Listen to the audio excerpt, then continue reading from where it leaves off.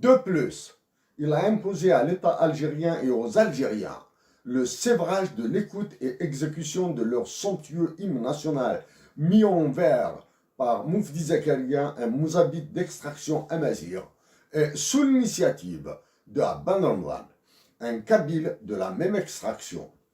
Cette réalisation et ces deux figures ont cristallisé la solidarité entre les Algériens qui ont ainsi fédéré leurs forces pour atteindre l'objectif fondamental, l'indépendance. Notre hymne national contient 4 vers dénonciateurs de la France. Combien d'années faudra-t-il remonter pour se rappeler son dernier chant? Un autre élément, et pas des moindres, un référendum sur la Constitution sur un texte nauséeux et nauséabond a été organisé le 1er novembre, jour anniversaire de la guerre de libération. Monsieur Tebboune, vous est-il possible, en tant qu'Algérien, de réagir à ces mots qui seront accompagnés de la lettre que j'ai envoyée à la présidence de la République en avril 2014, ce qui fait donc cette année, comme la durée de notre guerre de libération, en sollicitant d'autres compatriotes pour discuter, dialoguer, débattre, s'affronter et décider sur la dotation de l'Algérie d'un hymne national bilingue en arabe et tamazight, avec une reconsidération totale de la mémoire de ces figures emblématiques comme Ali Leimash, né en 1925 et décédé en 1946, ou Ali Benaï, né en 1917 et assassiné en 1957.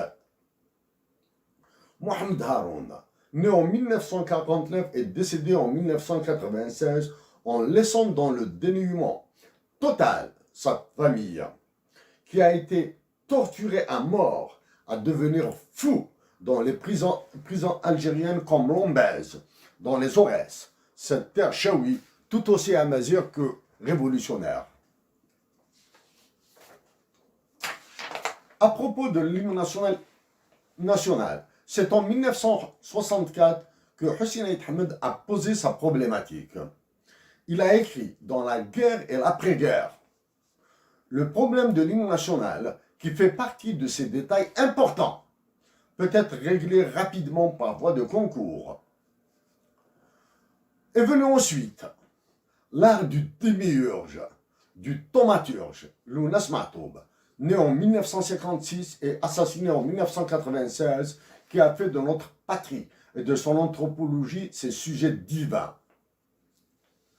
Monsieur Tebboune, même si je réside au Canada, je vis au quotidien en Algérie.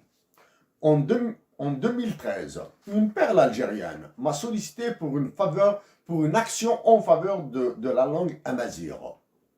Ma réponse a été un refus de m'associer à ce genre de folklore. Grâce à Lounas Matoub et à cette femme diamant, moi qui étais dans d'autres objectifs et perspectives, j'ai retrouvé la noblesse de travailler pour mes racines enfouies sous une terre noble.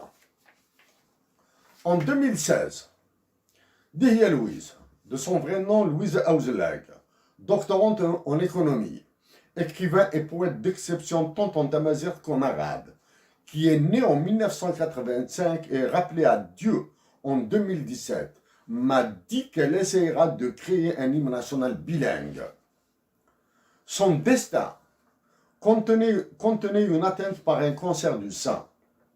Pour sa mémoire, sa volonté et ses intentions pour nos racines à travers ses œuvres, le dépistage et la gratuité de ce drame doivent être systématiques et gratuits pour toutes les femmes qui solliciteront les services sanitaires autant de fois qu'elles le souhaitent et comme le recommanderont les spécialistes du domaine.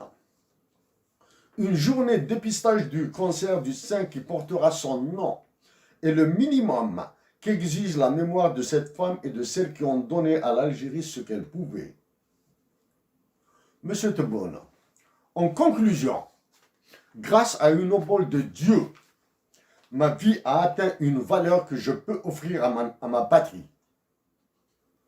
Aussi longtemps que Dieu la maintiendra sur terre, je continuerai à travailler pour elle. Merci de m'avoir lu.